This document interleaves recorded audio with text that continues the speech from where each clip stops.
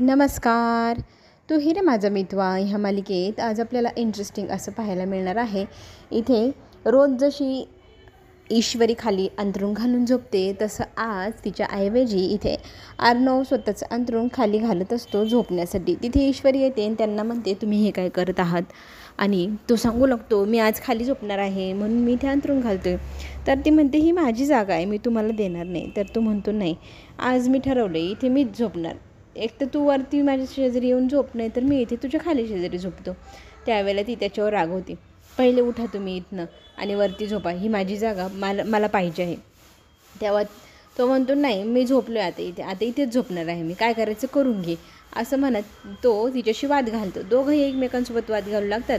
आता ईश्वरी त्याची उशी काढून उचलून घेऊन जाते आणि त्याला सांगते, तुम्ही उठा आणि तुमच्या जागेवर जाऊन झोपा, तुम्हाला सवय नाही इथे खाली झोपण्याची, मला आहे, तुम्ही उठा अगोदर, म्हणून तिथे वाद घालत असते. मग तो उठत नाही. पाहिल्यानंतर मग ती त्याची चादर ओढू लागते आणि त्याला उठवण्याचा प्रयत्न करते आणि तो इतक्या गमतीशीरपणे तिचा छोटासा धक्का देऊन तिला खाली पाडत आणि तिला सांगतो, बघ, एवढ्या धक्क्यानेच तू इथे पडून गेले आहे, म्हणून मी सांगतो आपण दोघेही एकाच कॉटवर तिथे वरती झोपूया. असं दोघांमध्ये वाद चालू असतो. आता याच्यावरती सोल्युशन काय काढायचं? अर्णवने तर काढलेलं आहे, पण ईश्वरीला ते मान्य नाही. मी का तुमच्या शेजारी झोपू, असा तिचा विषय असतो. आणि खाली जमिनीवर दोघांनाही झोपायची गरजच काय, आपण एवढा मोठा कॉट आहे तर तो शेअर करू शकतो, असं इथे अर्णव ईश्वरीला सांगत असतो. आता ईश्वरी त्याला म्हणत असते, मी तुमचे कॉटवर झोपते, ठीक आहे, चला उठा तुम्ही इथून. मग तो इतका खुश होतो, म्हणजे इथून पुढे आपण दोघं नवरा बायको, असं म्हटल्या ती त्याला लगेच म्हणते, ओ थांबा, काही पण विचार करू नका. आणि मग ती सांगू लागते, माझ्याकडे एक आयडिया आहे. आता ही आयडिया काय आहे? अर्णवला तर काही समजेन असं होतं. ईश्वरी एक लांब लचक अशी दोरी घेऊन येते आणि ती दोरी कॉटच्या मधोमध बांधते आणि दुसरं टोक ही त्या खिडकीच्या पडद्याच्या जवळच्या ठिकाणी बांधते. आणि अर्णवला मात्र हे काय चाललं आहे कळेनासं होतं. तो तिला विचारू लागतं, हा काय प्रकार आहे? तर ती सांगू लागते, थांबा ओ जरा, किती तुम्हाला घाई. मग तिच्या ओढण्यात ती घेऊन येते आणि पार्टिशन करते त्या कॉटचं. झाला अर्धा हा कॉट, अर्धा इंदोर अर्धा मुंबई. आता मुंबईवाल्यांनी इंदोरला यायचं नाही, इंदोरवाल्यांनी मुंबईला जायचं नाही. आता हे पाहिल्यानंतर अर्णवला तर हसायलाच येतं, हा काय प्रकार बुवा.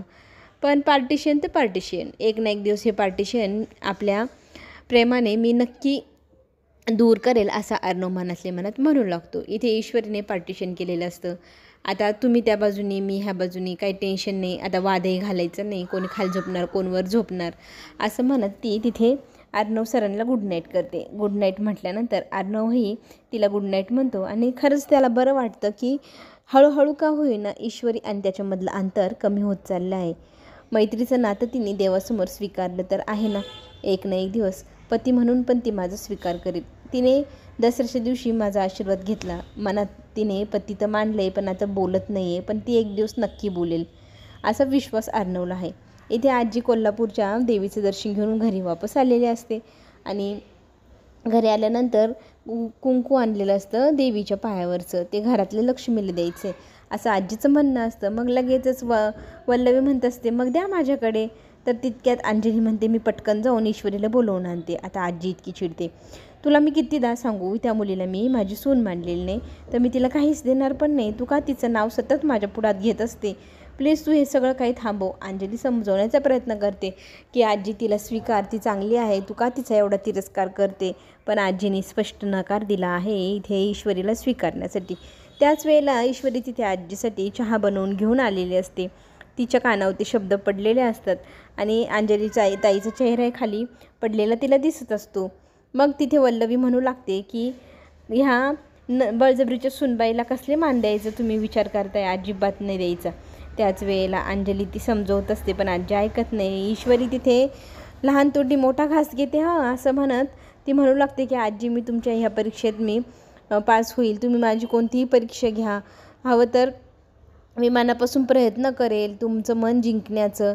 आजी म्हणते, ठीक आहे, कोजागिरीचं व्रत आहे, तुझ्या सासूंनी त्याच्या व्रताची सुरुवात केलेली आहे, रात्रीचं जागरण करायचं कोणत्या ना कोणत्या रूपाने, लक्ष्मी तुला रात्री दर्शन द्यायला येईल, तर तू जागरण करशील का? वल्लवी मात्र म्हणते, हे कसं शक्य आहे, ही नाही करू शकणार. हिच्या सासूंनी हे व्रत केलं, तिला देवी लक्ष्मीने कुठल्या ना कुठल्या रूपात दर्शन दिलं. ही कोण, हिला का देईन असं म्हणत तिथे नकार घंटा तिने वाजवलेली असते. पण ईश्वरी म्हणते ही मनापासून पूजा मी पूर्ण करेल, जागरणही पूर्ण करेल आणि आजी तुम्हाला मी वचन देते. मग आजी म्हणते ठीक आहे, ही आता मी तुझी परीक्षाच घेत आहे असं समज. हवं तर या परीक्षेत तू जर पास झाली तर मी तुला माझी सून मानेल असं म्हणत आजी तिला सांगते की कडक जागरण आहे, अजिबात झोपायचं नाही आणि ही जर परीक्षा पास केली तर मी तुला सून मानेल. इथे ईश्वरी आणि अंजली दोघीही उठून जातात आणि वल्लवी मात्र कान भरायला आजीशी गेलेले असते की मला असं वाटते आपण लावण्यालाही बोलवावं, तिलाही हे व्रत सांगावं आणि का कोणास ठाऊक माझ्या मनाला असं वाटतंय ती हे व्रत करू शकेल आणि तिने जर हे व्रत केलं तर बरंच होईल आपल्यासाठी, हो की नाही. आजीलाही हे मान्य असतं. मग आजी ह्या लावण्याला बोलवायला तयार होते.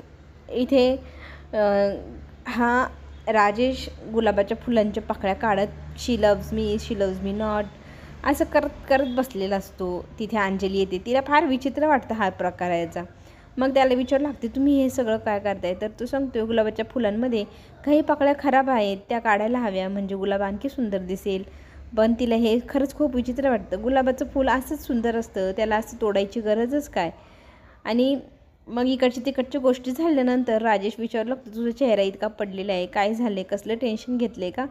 मग ती सांगू लागते का कोणास ठाऊक इतके प्रयत्न केले मामांनी मी आजीला समजवण्याचे, पण आजी काही केल्या समजवण्याच्या मनस्थितीतच नाही आणि ईश्वरीला सून मानायला तयार नाही. इथे राजेश सांगतो की आजीचं बरोबर आहे, आजीने 4 पावसाळे जास्त पाहिले, आजीला पारख आहे आणि एखाद्याच्या स्वभावाची ही आजीला माहिती असू शकते त्यांच्या वयाच्या हुशारीने. आणि त्या जर म्हणताय ईश्वरी चांगली नाही तर चांगली नाहीच.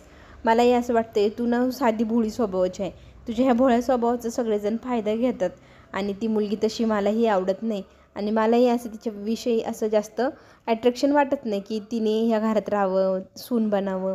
तू भोळी आहे ना, तुझं सगळेजण फायदा घेतात, तू विचार कर आजीच्या बाजूने. आता इथे आजीच्या बाजूने अंजलीला विचार करायचं सांगून ईश्वरीच्या विरोधात तो भडकवत असतो अंजलीला, त्याला फायदा होईल ह्या गोष्टीचा नंतर म्हणून. इथे ईश्वरी अर्णवसाठी कॉफी घेऊन गेलेली असते. हा 4था कप आहे कॉफीचा असं म्हणत त्याला ती सांगते की मी तुला आता परत कॉफीच देणार नाही, जास्त कॉफी पिणं चांगलं नाही. तर तो म्हणतो त्याला काय होतं, कॉफी तर आहे. ईश्वरी मात्र म्हणत असते की जास्त कॉफी पिल्याने काय प्राप्त काय होतं तुम्हाला, उलटे शरीरासाठी नुकसानच आहे आणि चहा कॉफी हे चांगले प्रकार नाही एवढ्या वेळा घ्यायला. आणि घरीच काय काम करताय हो किती दिवसाचं, ऑफिसलाही जा, इथे बसून बसून काय तुम्ही स्ट्रगलर आहात का, एवढी मेहनत करताय, आपलं मस्त ऑफिस आहे तिथे जाऊन काम करावं. अर्णव म्हणतो मला जायला असं काही जबरदस्ती नाही किंवा गेलंच पाहिजे. खरं तर मी राजेशच्या भीतीपोटी जात नाही आहे, तो घरी असतो, त्याने जर काही केलं तर मग मला घरी थांबायला हवं की नाही. त्यावेळेला त्यांचं बोलणं ऐकून ईश्वरी म्हणते ठीक आहे तुमची जशी इच्छा.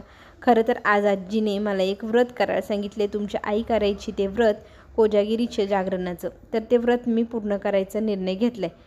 तर आजीने दिलेलं एवढं मोठं चॅलेंज तू का स्वीकारलं, तुला रात्री झोप आली तर काय करशील तू असं म्हणत अर्णव व्रत करणार नाही असं सांगायला लावतो. पण ती म्हणते नाही, हे व्रत मी कुठल्याही परिस्थितीत कुठल्याही बोलीवरती करायला तयार आहे, कारण आजीचं मन जिंकायचं असेल तर मला ह्या छोट्या छोट्या गोष्टी करायलाच हव्या आणि माझं ठरलं आहे बुवा, मी हे व्रत करणार म्हणजे करणार आणि तुम्ही माझी मदत करा नका करू, पण मी हे व्रत रात्री जागरणाचं नक्की पूर्ण करेल. इथे ईश्वरीला अर्णव म्हणतोय मी तुझी बाजू घ्यायला तुला सांभाळायला अजिबात राहणार नाही, तू तुझ्या मर्जीने सगळं कर आणि माझी अपेक्षा करू नको. तर ती म्हणते हो नाही करणार तुमच्यापेक्षा, तुम्ही तुमचे काम करा मी माझं काम करेल असं म्हणत ती बाहेर निघून जाते. अर्णव मात्र विचारात पडतो की ह्या मुलीचं काय करावं. लावण्याला आजीने बोलवून घेतलेलं असतं रात्रीचं जागरण करण्यासाठी आणि ती ईश्वरीला सांगत असते की मी जागरण करून आजीचं मन जिंकणार आहे. त्यावेळेला ईश्वरी म्हणते ह्या घराची सून ह्या नात्याने मी हा जो व्रताचा पण आहे तो मी उचलला आहे, ते व्रत मीच पूर्ण करणार आणि मीच ह्या घराची सर्वोत्कृष्ट सून आहे हेही मी सिद्ध करेल आजीसमोर असं म्हणून ती लावण्याला चांगलेच ट्रोल मारते. इथे मात्र वल्लवी म्हणत असते की आपण हे औषध ईश्वरीच्या दुधात मिसळायचं, ईश्वरी झोपी जाईल आणि तिने हे व्रत पूर्ण केलं नाही म्हणून आजी तिच्यावर रागवतील. इतका सोपा असा उपाय तिने शोधून काढलाय. लावण्याला मात्र भारी वाटत असतं इथे रात्रीच्या वेळेला ईश्वरीला झोप येऊ लागते का कुणास ठाऊक, अशी झोप तिला पहिले कधीच आली नाही, आजच काय येते. तिला डाऊट येतो की राकेशने ह्या दुधात काही मिसळलं की काय, म्हणून ती ते दूध मिसळले का पाहण्यासाठी चेक करते. तर तिचं दूध जे तिने पिलं ते कडू होतं आणि हे पातेल्यातलं दूध गोड आहे हे तिच्या लक्षात येतं. आता तिचं म्हणणं असं आहे की राकेशनेच ह्या दुधात काहीतरी मिसळले असं म्हणत ती आता अर्णवची मदत घ्यायला अर्णवच्या खोलीकडे वळते. आणि वल्लवी आणि लावण्याला मात्र भीती वाटत असते, आपलं हे केलेलं कांड कोणाला कळेल की काय, आता आपली काही खेर नाही जर अर्णवला हे सगळं समजलं तर. चला तर मग पुढे येणारा ट्विस्ट पाहण्यासाठी चॅनलला लाईक करा, सबस्क्राईब करा, म्हणजे नवनवीन व्हिडिओ तुमच्यापर्यंत लवकरात लवकर पोहोचेल. आपण पुन्हा भेटूया. धन्यवाद.